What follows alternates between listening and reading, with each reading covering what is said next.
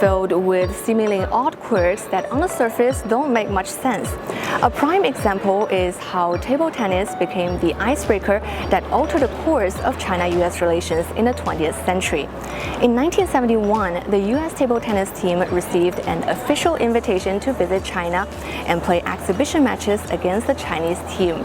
The team was the first delegation of Americans to visit China in decades. Their trip was the start of what became known as ping-pong diplomacy, which helped lay the groundwork for establishing official diplomatic relations between the two countries. Now, 53 years later, a group of 12 students from the University of Virginia are taking a turn at ping-pong diplomacy. I'm on my way to join them in Beijing.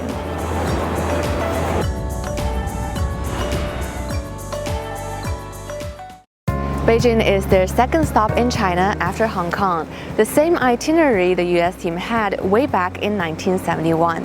While it's chilly outdoors, there's a heated match inside the arena.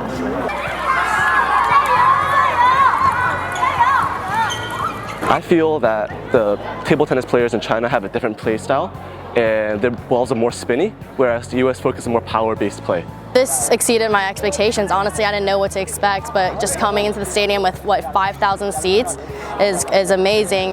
We actually strategized, and he was like, my partner was really hardworking and like thinking about new strategies, and he even taught me his new signals to like do under the table. I was struggling a little bit. I kept hitting the ball over the table, and she showed me like the proper way to hit it, like facing downwards. As each UVA student was paired with a student from Tsinghua University, they chatted with their partner about school and life in their home country. 因为我们两个都是学计算机的，然后我们聊了一些就是专业上的事情，然后包括就是未来的发展。One of the restaurants, Heidi Lao, she was talking about the differences between the United States menu and the Chinese menu, and I thought that was pretty interesting. 哦，现在是连续，准备好了吗？他的中文特别好，他学过10年中文。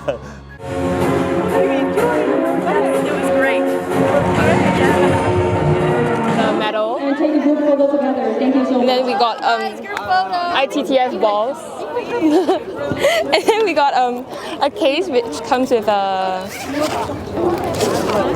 pedal. So we're gonna let our Tsinghua 朋友 sign this. I'm back in Shanghai as the tour continues at International Table Tennis Federation Museum and China Table Tennis Museum.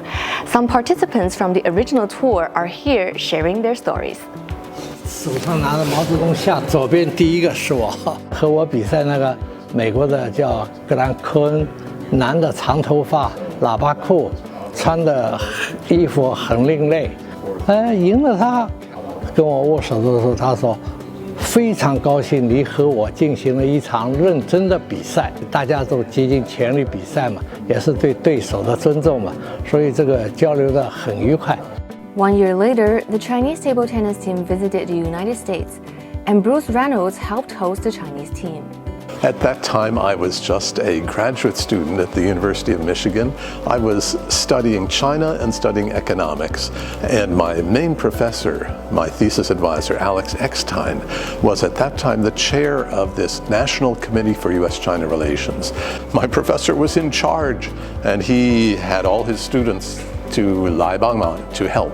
What's your impression of the Chinese team back then?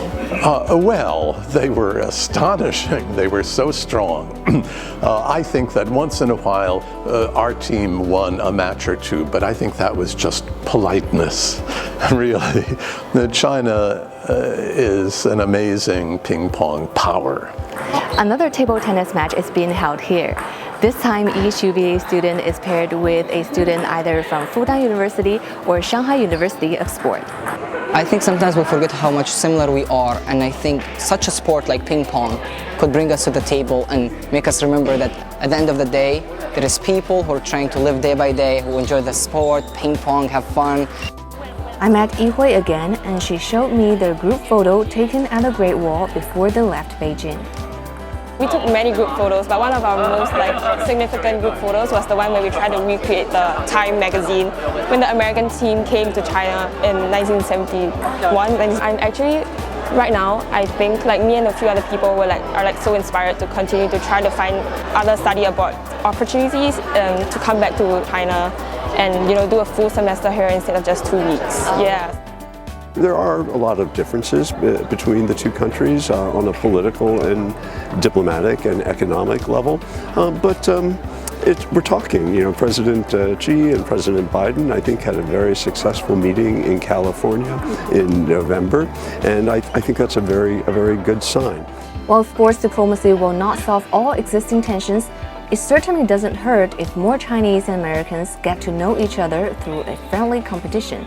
53 years ago, the American table tennis team became an unlikely group of trailblazing diplomats. So maybe, just maybe, these students will turn out to be diplomats that shape the future of bilateral relations.